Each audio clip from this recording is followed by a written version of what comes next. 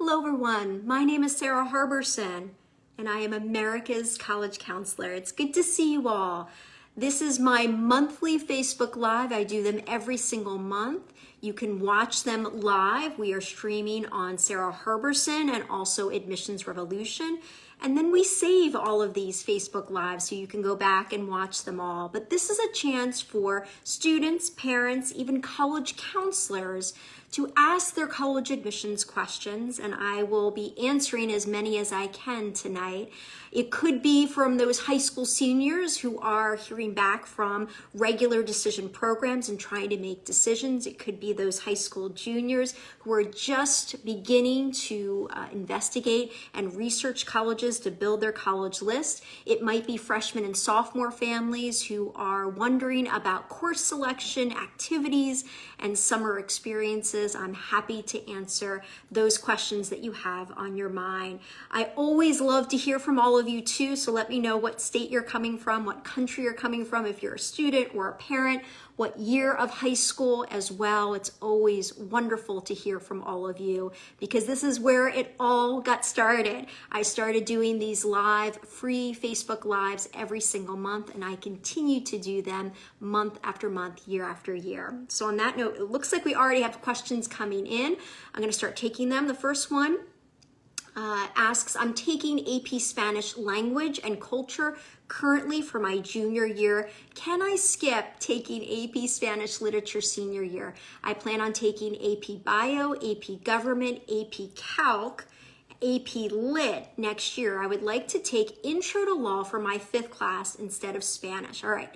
So for the past several months, I've been doing course selection reviews for all my Application Nation families. And I can tell you, I focus on what I call my 5-4 plan. So it means that students really should try to take all 5 core subjects for all 4 years of high school if you can, unless there's a scheduling conflict, unless something comes up. I like students to do that. For senior year, you're taking AP Spanish Language this year, and most of the time, if you at least take one AP in your foreign language, you're going to satisfy me for the most part. The problem that I have with this curriculum for senior year is that Intro to Law is usually considered an elective class. It is not considered a core class. So you might not get a whole lot of credit or respect for taking that Intro to Law class. Now, I'd love you to take AP Spanish Literature, but that tends to be a really hard class, especially for non-native speakers. And if you've heard things that, you don't want to take that class, I understand. But if you're going to not take AP Spanish Literature senior year, I really want you to fill that 5th slot with a core class. An Intro to Law to me sounds more like an elective and how colleges will view that. All right, next question. What is the best wording for a virtual school sports season led online by the coach due to COVID restrictions, XYZ high school varsity lacrosse? Okay, so this is a question that I get asked a lot in my Application Nation group. And I'm gonna tell you that I'm gonna hold off because we don't know what Common App is going to do with any changes, and we won't know. They might make an announcement. We won't see it until August 1st. That's when most application platforms are updated. If they don't make any changes to the activities list this year, you don't have as much space as you think. So the first line is going to be the role or position you have. You have 50 characters for that. The next line for each activity is the organization or the team or the club's name or the company that you work for. You have 100 characters for that line. And then you have 150 characters for the description. Because so many things have been restricted because of the pandemic, you want to be creative about how you describe things, especially if they are not what they used to be. So you want to pick out the really special highlights, whatever they are. If it is still going on, you can list it. Even if you're not competing as a sports team, you might be doing something, you never thought you'd be doing as a lacrosse team. So you want to be picking out those things that make it really special, that represent not only how distinctive your role is with that activity, but how the organization, club, team as a whole is doing something different. And you'd be surprised, sometimes the things that aren't necessarily sports related, but you're currently doing because of COVID, can make a really special activity come to life on the activities list. But I'm gonna hold off judgment until we see what Common App does with that activities list. To me, it's like a jigsaw puzzle, not a lot of characters to work with, but you can have a lot of impact with the words and the order you choose. Next question. Hi, Sarah. Thanks for the Facebook and Instagram lives. They are so helpful. Oh, that's wonderful to hear. How do we balance applying early decision to a school when there are financial concerns involved? Are we better off applying early action if it is available? Is early action considered less of a demonstrated interest than early decision? Okay, so lots of good questions. Let me just take a look at that. So Seth is asking about early decision. If a college has an early decision program, they're going to use it as much as they possibly can. In fact, some colleges that have early decision programs will fill about 50%, sometimes even a little bit more, of their freshman class through early decision, even though the size of that applicant pool is a fraction of what they will get in regular decision, or in some cases even early action if they offer that too. So there are real advantages to a student if they're competitive and they're ready to commit to that college that has an early decision program. You do need to consider financial considerations because the student, if they get admitted early decision, they're supposed to go, they're supposed to enroll, unless, of course, there are financial issues. And if that's the case, you want to have a pretty good sense of that even before you apply. So I definitely would encourage families to check out the net price calculator on the college's website. They have become much more accurate in determining your financial aid, and you can type in your financial information and get a feel for what your financial aid package would look like. But obviously, if you do not get the package that you like, you would be able to withdraw and not attend that institution, but you don't want to be in that position. I think the early decision program is really going to give that student an edge. We saw that this year, and really shows the college how serious you are, and they're going to have a higher acceptance rate in early decision. If a college has early action or regular decision, you're not really able to show that kind of commitment. You can do a great job on your essays, but it's not like you can say, well, it's still my top choice, because if it was and the college offered early decision, that's the program that you would apply to. So what you will see is for a college like, let's say, Northeastern University in Boston, they have early decision 1, early decision 2, early action, and regular decision. You're going to see much higher acceptance rates in the 2 rounds of early decision, and the acceptance rate will go down sometimes significantly for early action and regular decision. So it does really give a student an edge, but you got to be ready to commit. All right, next question. Hi, Sarah. Have you seen any data yet that indicates the acceptance rates for applicants with and without test scores? Not yet. And I'm afraid, Melissa, we might never get that from most colleges. Most of the time, they're going to give you an overall acceptance rate. They're not going to break it down between early and regular, or what's it like to get in if you're a recruited athlete versus a non-recruited athlete. I think the same thing goes for those colleges that have adopted a test optional policy. I'm not sure we're going to hear what the acceptance rates are between the students who submit scores and those who do not. Now, I used to be a dean of admissions at a test optional college, and we would actually track it to make sure that our acceptance rates were consistent. So the students who didn't submit scores had almost exactly the same chance of acceptance than the students who did submit scores. But I don't know about these colleges. They don't like to share a lot of information, and I think we're going to have a hard time finding that information out from individual colleges.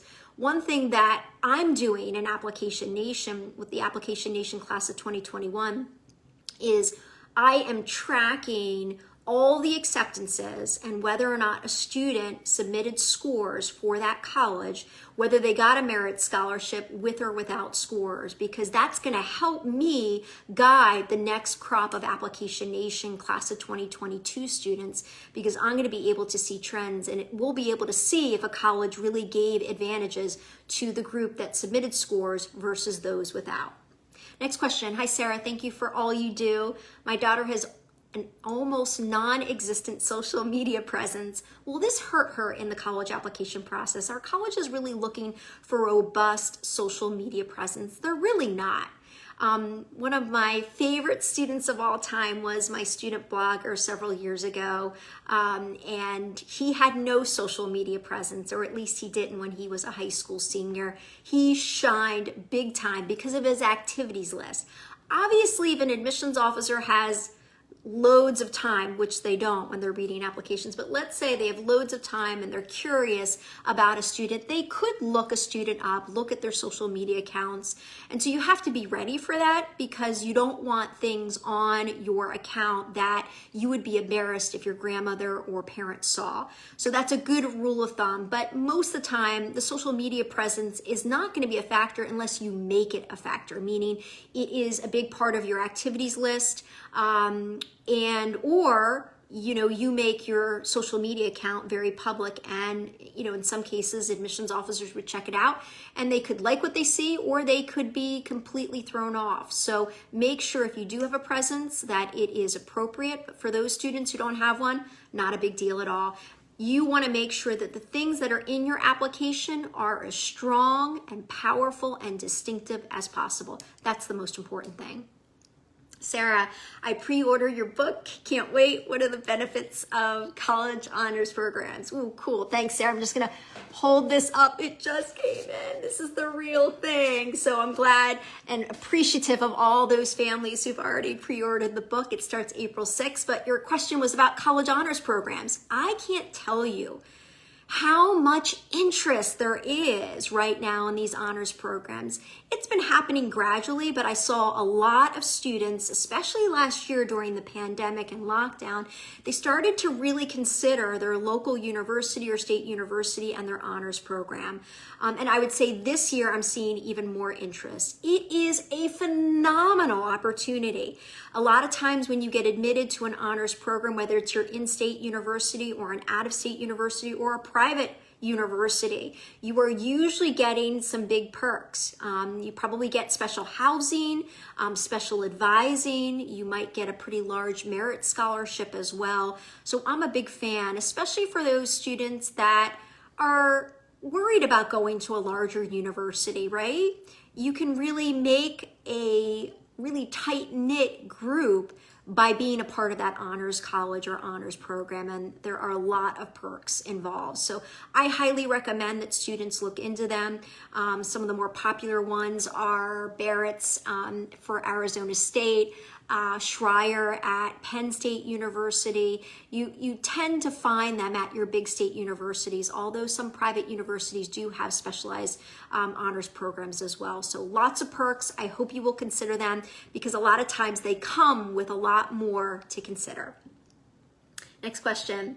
Which scores matter more, AP scores or SAT, ACT scores in admissions? So I just finished a Zoom call with my Application Nation class of 2022, all about standardized tests. And I said, this Zoom call looks very different than any Zoom call and standardized test I've ever given to an Application Nation group, because things are really, really changing. So the majority, most of the colleges in the US adopted a test optional policy for the current seniors. And we're starting to hear of a lot of colleges extending that test optional policy for the current junior class, and in some cases even beyond that.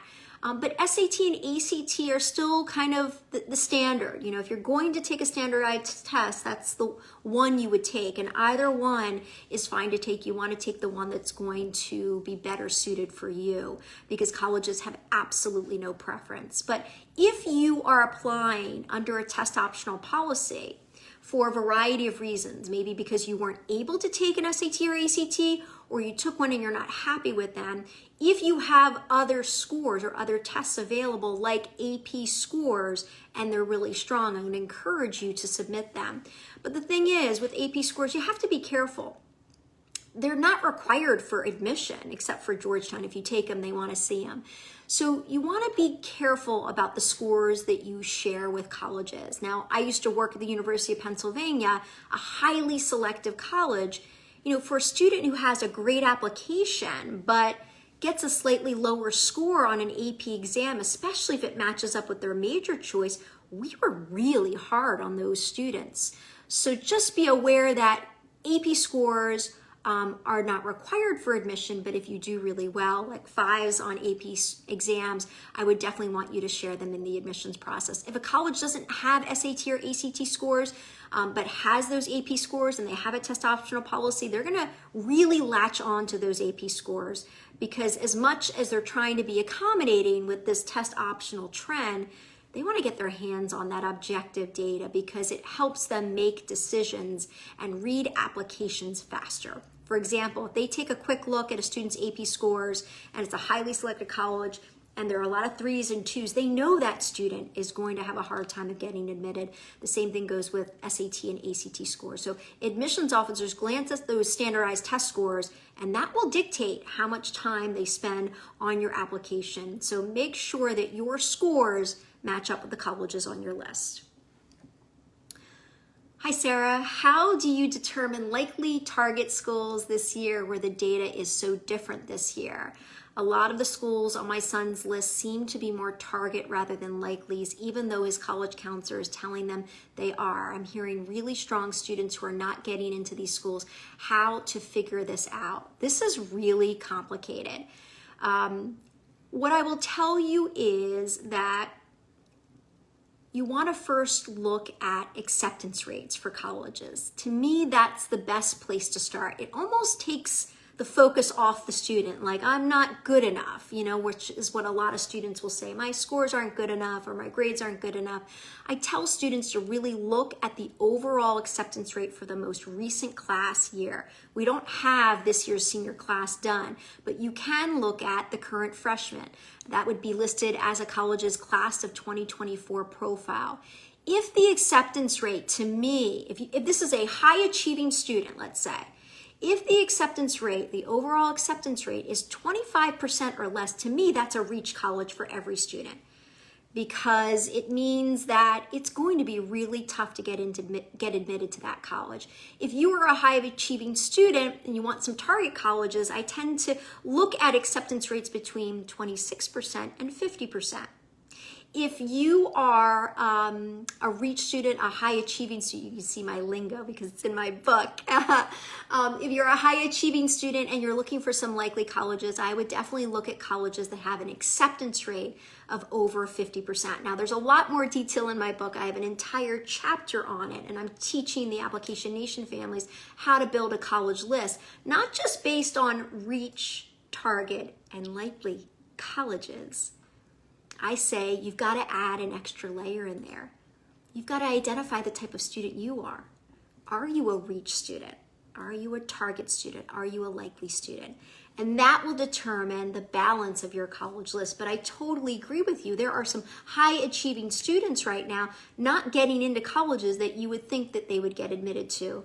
A lot of times it comes down to their background, higher expectations for different folks, depending on your culture, ethnicity, what state you're coming from, gender, your parents' education, and also the major that you are considering. We know that business and computer science and engineering and other science majors, they are really popular and really competitive. So expectations get raised for those students. So it's really important, in my opinion, to have a very well-balanced list, an equal number of reach colleges, target colleges, and likely colleges. And the only way you can figure out what they are is to figure out what type of student you are. So pre-order my book, check out that chapter on your college list, or you can join Application Nation because I do college list reviews for all those students if they're interested. All right, next question. Hi Sarah, my kid is a 10th grader between doing 4 years of varsity sports, team captain senior year, or using that time to deepen and demonstrate academic interest. Which would be more favorable by selective colleges, and hence, where would I better deploy my time? Okay, so if the student is a 10th grader, they still have to finish up 10th grade. They've got junior and senior year. What's more important? Are sports more important than academic research? Is academic research more important than community service? There isn't a hierarchy. It's really comes down to the time commitment that you've had and the hours per week, the weeks per year, the years of high school you've devoted to that activity, whatever it is, the leadership roles you have, if there are traditional leadership roles available, like being captain of your sport, but also the impact that you have. You know, you could have your own project. It's all you. Well, there aren't designated leadership roles. You could assign one to yourself, but it's the impact that you make through that project. So to me, it's less about which activity is more important and more about, have you done it from 9th grade on through senior year? How many hours per week? Is it 1 hour a week, once a year?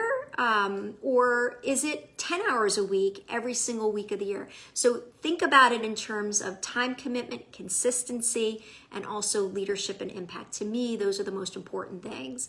I also think it's really important that students think about their academic interests and their major. You don't have to list a major, but if you're applying to highly selected colleges, I recommend that you do.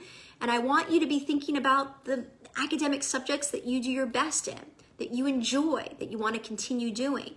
And I would say one of the best ways to kind of prove that you are a strong student for a specific major, obviously, is take classes in that area and do well in those classes.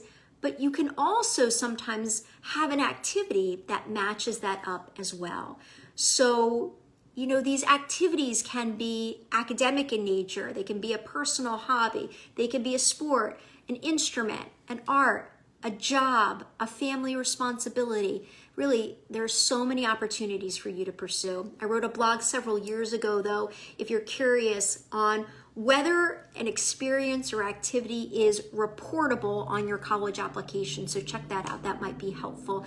I also have a way to order and rank the activities on your activities list for Common App. It's a foolproof plan. That's another blog from many years ago. So check all these blogs out. I write a blog literally almost every single week of the year. I think I skipped maybe 1 or 2 weeks during the entire year. So for example, tomorrow my blog is about the college visit, not only for younger students who want to visit colleges, but also those high school seniors who are trying to make decisions. So check out that blog. And in it, I talk about a new download that we just launched this week, College Visit Worksheet. The College Visit Worksheet is a way for families to keep track of all the colleges that they visit in person or virtually. Because here's the thing, they start to run together. You start to forget the little things that stand out to you in a tour, in an information session, or something you see or something you hear, how a student treated you on campus. You need to write it down, because this is going to help you build your college list. It's going to help you with supplemental essays, and it's going to ultimately help you make a decision down the road when you're a high school senior. So check out my College Visit Worksheet. We launched it yesterday, and we have almost 800 downloads at this point. So 800 families have already downloaded my College Visit Worksheet. I encourage you to do it. I haven't done a free download, a new one, in over a year. So this is a good one. Check it out. And you can use it if you are visiting colleges in person or virtually. Next question. My daughter was accepted to the University of Miami for spring acceptance. It's her dream school. Oh my gosh, I love the University of Miami. I want to go with her.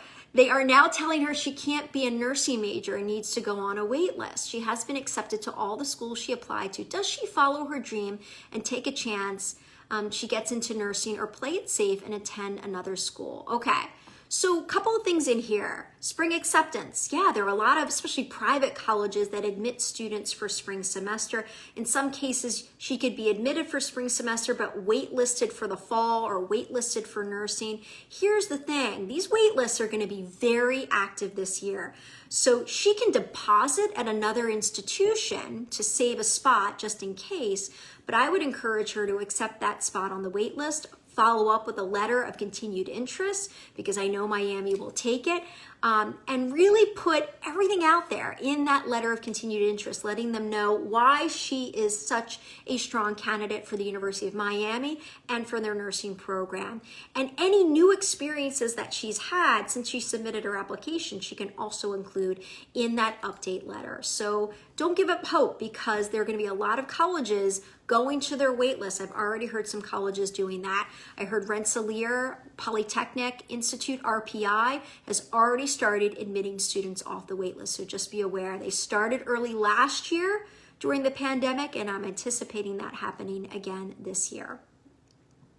Next question, we are appealing age. Should we send the offer from the best college or all colleges that have offered more money? Yes.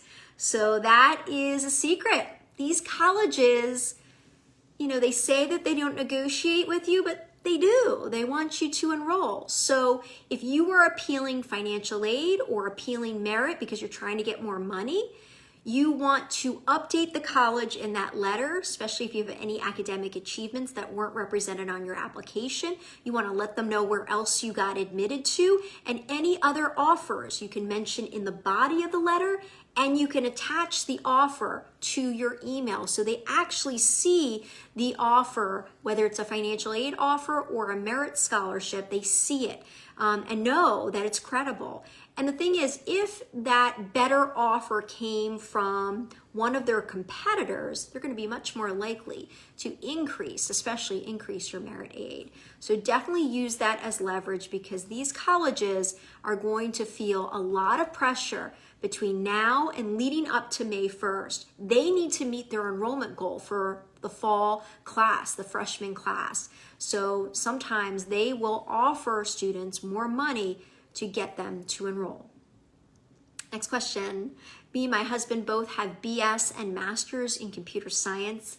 My daughter is also interested in computer science. How will it impact her Common App application since she holds the same interest as parents? So, it's pretty common actually that a student sometimes will follow their parents into an academic interest or even in a profession. I think back to my own high school years. My dad was a lawyer and I thought I've got to go to law school, right? So I made that clear in my application. I think it's okay to do that, but you've got to have your own reasons for doing it, right? It can't just be that you've been exposed to it because mom and dad have been doing it. I really like to see a student, if they have this academic interest or professional goal, that they pursue it on their own. Someone asked on the discussion board today in the AN 2022 group that, can a student, work for their parent over the summer or work in their company? They can, but I think the admissions officers will be able to see why they got the job, and sometimes that doesn't carry as much weight. So make sure if a student is following in their parents' footsteps that they create their own opportunities, that they create things on their own, because admissions officers want to make sure that the student is doing it for the right reasons. I will also mention for computer science especially, that is one of the most popular majors right now, and it's really important that you stand out on your own, that you take the right classes. If AP Computer Science A or AP Computer Science Principles is offered at your high school, that you're taking these classes, but that you're also pursuing computer science outside of the classroom. Now, a lot of students are doing robotics, they're doing coding, they're doing hackathons. Think about what you could do that's different than all of your peers and classmates all around you. And you can really carve out your own niche within a field like computer science and stand out a whole lot more. Next question. Oh, I recognize that name. Hi, Nicole. Best advice I can give all high school students and their families is listen carefully to Sara and Application Nation. Trust me, your children will learn so much about themselves and you won't regret it. Nicole, that is the sweetest thing. I have to say, I get so attached to these Application Nation families. Her twins are unbelievable. Still absolutely love both of their main college essays that they wrote. We we get to know each other in Application Nation. We're all in it together. We're supporting each other. Nicole, I love that you're still in the group too, even though the kids know where they're going. So thank you so much for that sweet, sweet message. Application Nation obviously is closed for AN 2021, but we still have an active group because a lot of students are still waiting for decisions. We have Application Nation 2022, and then we have a younger group for the class of 2023 and 2024. I encourage you to check it out. All right, next question. Thank you for being an advocate for families in the admissions process. You're very welcome. I feel like I can't live my life without speaking the truth and being a voice for those students. So I can't keep my mouth shut, so I'm glad you appreciate it. Any advice for the class of 2023? So those are the current high school sophomores. What trends do you predict going forward developing in higher education admissions in the next 2 years? Thank you. Great, great, great question. So I have a high school freshman, actually. She's my oldest, but for those sophomores, you know, I think what we're going to see is that the test optional trend is really here to stay. I think you're going to see more and more colleges announce over the next couple of weeks and next couple of months that they are extending their test optional policy for the class of 2022. Some of the colleges are even extending it for the class of 2023. So I think that trend is absolutely going to continue. Does it mean that test scores won't matter? I wouldn't say that. I think it's still really important to take the SAT or ACT at least once, have it under your belt, because you never know. But other trends that I'm seeing, I think family responsibilities are carrying a whole lot of weight since the pandemic hit, and we can't overlook those family responsibilities. Sometimes it's picking up younger siblings from school. Sometimes it's doing homework with younger siblings. Sometimes it's helping an elderly grandparent. Sometimes it's helping parents with something at home or with their jobs. So I think family responsibilities are going to take on greater meaning moving forward. I also think that there are going to be more checks and balances, or I hope there are going to be more checks and balances in the admissions process. I'm doing some research right now for an upcoming blog on whether or not colleges have a formal verification process in place in their admissions office since the admissions scandal. So stay tuned. I'll let you know what I find out. I also think that interviews are kind of not as valued in the admissions process anymore because colleges are having a hard time being able to interview every student. And so if they're not able to offer it to every student, it's not going to weigh as much in the admissions process. Right now, we are seeing about the same number of high school graduates as in years past. It's kind of plateaued, yet we're seeing some colleges experience large numbers of applications, large increases. Colgate University, for example, their applicant pool grew over 100% this year. It's not because there are more high school seniors this year, it's because students are applying to more colleges, and specifically some of those highly selected colleges. So just because a college has a test optional policy doesn't mean you should just apply. You want to make sure that you value the type of education that's offered, and they're going to value the type of student that you are. So those are some trends that I'm seeing. But always check my blog every week because I tend to be focused on what's happening in college admissions right at that moment. Next question, my senior daughter has some fantastic scholarship offers, but her dream school didn't offer any. Do you recommend appealing? Absolutely, as long as that college offers merit scholarships. Yeah, there are going to be some colleges like the Ivy League and a number of elite small liberal arts colleges, they don't offer any merit scholarships. So even if you get merit scholarships from other colleges, they can't budge at all because they don't offer that. So if they're available, absolutely, I would appeal. For merit scholarships, here's a little tip. I like students to send letters or emails to their admissions officer because a lot of times a decision about merit scholarship is done within the admissions office.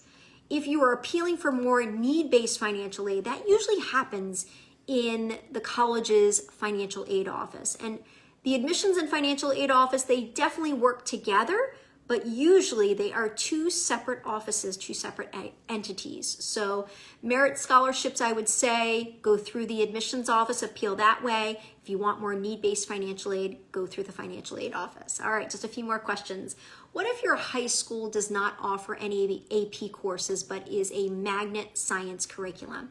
So the thing is, admissions officers are going to work with whatever your high school has to offer. So I was the director of college counseling at a private all-girls high school for several years. It was the best experience I could have possibly had and made me want to become America's college counselor.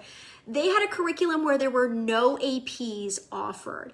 So admissions officers are not going to expect a student to take AP classes at that high school as long as the student's high school makes it clear about their curriculum opportunities and curriculum options. So as long as the curriculum is spelled out that there are no APs and, they list the different curricula or different classes in all the core subjects, then admissions officers are going to be able to contextualize that high school transcript. Because when a new admissions officer arrives at a college and they don't know all the high schools in their region, they're going to look at the transcript and go, why isn't the student taking AP classes? And then they can look at that high school profile as long as it's included, as long as it's up to date, and they will be able to tell that the school doesn't offer them. So students are only expected to take advantage of what's being offered at their high school. I like to say it doesn't matter where you go to college, it's what you do when you get to college. The same thing for high school. It's not what high school you go to anymore. It used to be, not anymore. It's about what you do in high school and what you take advantage of. All right, one more question. My son is a junior and currently ranked #1 in his class. Very impressive. He took AP Calculus BC this year and has a 110 in the class. Can you tutor my family in math? Seriously, oh my word. He has the option. My high school freshman daughter, yes, we could use a good tutor right now for math. He has the option of taking dual enrollment Calculus 2 online or applying to distance math program at Georgia Tech, taking linear algebra and multivariable calculus. His teacher thinks Calc 2 would be easy for him. Our concern is that because of the difficulty level of the course at Tech, if he makes a B, then it would definitely affect class rank. What are your thoughts? Okay, so there are a lot of pieces to this. So it's incredible when a student is taking Calculus BC as a junior, but it can really limit their options about what to take senior year. Calc 2 to me sounds, you'd want to double check with the math department, but it actually sounds very similar to Calc BC. And generally speaking, when you're talking about AP classes, most colleges prefer AP classes over dual enrollment. Now, when you get this high level math, sometimes there aren't any more AP classes to take. So I'm going to tell you that linear algebra, multivariable calculus, differential equations, graph theory, these classes do not have AP designations. Sometimes you have to go to your local college or university to take them, but they are highly, highly respected. And if you do well in them, you really have a strong application. But you're right. If you're taking it through Georgia Tech, oh my gosh, Georgia Tech, amazing. How many of you got into Georgia Tech? It's just a great, great university. Those high school seniors who get in oftentimes will go. Those classes are going to be demanding. You got all those engineering students taking those high-level math classes that do really well, so you have to keep that in mind. Getting a B in one of those classes is still really impressive, but if you're going to be a math major or an engineering major, the B, especially for a highly selective applicant pool, that might actually hurt you in the admissions process. So you want to check out all of your options. I think Calc 2 would be an easier class, but I think he'll see so much of what he already learned in AP Calculus BC. Also, the thing is, when you're taking outside classes like college level classes, online or dual enrollment, or you're taking a summer foreign language class because it's not offered at your high school or there are scheduling issues, you definitely want to check out how this is going to be represented on your high school transcript. Will it impact your weighted GPA? Will it impact your class rank? You want to find out this information before you do it. And I think this is what this family is doing, so check out all your options. All right, one last question. If my high school does not give out class rank, how do colleges that want to see rank navigate this? Here's the thing, every single college in the country is used to high schools that rank and high schools that don't. It's been happening for decades. The only institutions that I know that need a class rank for admissions purposes are the service academies, so like West Point and the Naval Academy, for example. But a lot of times, even if your high school doesn't have a class rank that they give out to students, they have an internal ranking system that they can provide to the service academies. So again, just like with curriculum, they're going to work with whatever they are provided. And if your high school profile makes it clear that class rank isn't available, they're not going to look for it. But some high schools will include GPA ranges or decile rankings on the profile. The more information available on the profile about class rank and GPA ranges, the more an admissions officer will be able to tell about where you fall within the class. If you're top of the class, that's great, but a lot of students aren't. So that's why I tell high schools when I counsel them about whether or not to use rank or not, I tell them admissions officers can figure out a lot just by the curriculum a student is taking and the grades that they get. So you really don't need to provide them with extra information like that. So on that note, I think we are going to wrap up. I hope that this has been helpful to all of you. Check out my new free downloadable. You just need to provide your email address, and it is a brand new downloadable. It's called the College Visit Worksheet, and it's going to be great for high school seniors making final decisions, and then juniors, sophomores, and freshmen who are going to be visiting colleges in person and virtually. Check out my blog tomorrow. I've got some tips for those college visits done in person or virtually. And obviously, I'll be right back here again for our next Facebook Live in April. I hope you all have a great rest of your week and month, and I will see you really soon. Take care. Bye-bye.